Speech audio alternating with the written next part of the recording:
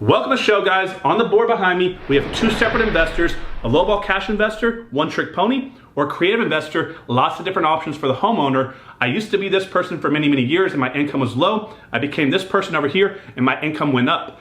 More options for the seller, more houses that you can buy. It's very common sense. So why do so many people over here don't take the time to learn about lease options, subject to owner financing, contract for deed, things that are gonna increase their business? So on the board, guys, I wanna give you a case study to show you two different options between the lowball cash investor and a creative investor offering to buy the house from the seller with owner financing.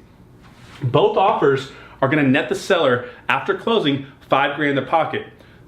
In the cash investor side, that seller's gonna be out of the deal, the house is sold, gone forever. And this may be what they want. But over here, they're gonna stay in the deal, but they're gonna make more money over time, and it's gonna allow you a lot of benefits, which we're gonna talk about as the investor. So this house right here, the homeowner owes $65,000 to the bank. The house is worth about $125,000 as is. So why does the lowball cash investor doing a BRRRR strategy, buy, fix, and refinance strategy, have to offer $70,000 plus closing costs? So they're gonna offer them $70,000 plus closing costs, netting them $5,000, because they have to close on the property, usually using a credit line, hard money lender, private money lender, which has points up front, lots of carrying costs. They're gonna rehab the property, they're gonna force the value up. Now in this situation, there's not much to rehab because it's already kind of as is, but what they are gonna have is a cash out refinance seasoning period. Most banks are gonna require 6 months for them to do this process unless they bought the house free and clear sometimes, but it's gonna shorten the process, but they have a loan on it. So in this situation, this cash investor is gonna have closing costs on the front end, carrying costs in the middle, and another set of closing costs to go back into an amortizing loan on the back end when they do the refi. That's gonna eat up a lot of that spread, which is why it's better to come in here and offer this offer.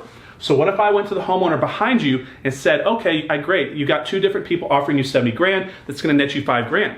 If I can show you a way to put more money in your pocket, Mr. or Mrs. Seller, but also keep the same amount today with immediate gratification money, the $5,000 still to you, would you be open to hearing about it? Would you be open to listening to me as I explain this and how you're gonna make more money? Of course they would, right? So I'm gonna offer them $105,000, which is still a pretty good position to be in. There's still equity in the property. You can change these numbers as you want, guys. I'm really just picking this just to be honest, so I can use 100,000. I'm using basic numbers. These are gonna change as you do deals individually, so you have to learn this concept and understand it in depth, right? So I'm gonna offer $105,000, $5,000 down with closing, leaving a $100,000 note left over. So $5,000 down goes in the pocket, washes us out, so to the homeowner, today money is $5,000 equal, right? But tomorrow money over here is much, much larger. A $100,000 loan at 4.25% on a 15-year loan will net them $135,410. Now it's gonna be different for each property, guys, because this loan right here that she still has $65,000 on could be 5 years old, 10 years old, 15 years old, could be at different interest rates. So it's gonna change. So you need to understand how to get their mortgage information and relate it to what you're doing to make sure the numbers work, okay? We're just giving you basic concepts here. Now the benefits to this investor buying it like this is they're picking up more rental properties without bank qualifying down here. Think about that. A lot of you are struggling to pick up houses because you're not bank qualified. What if the seller's gonna owner finance it to you?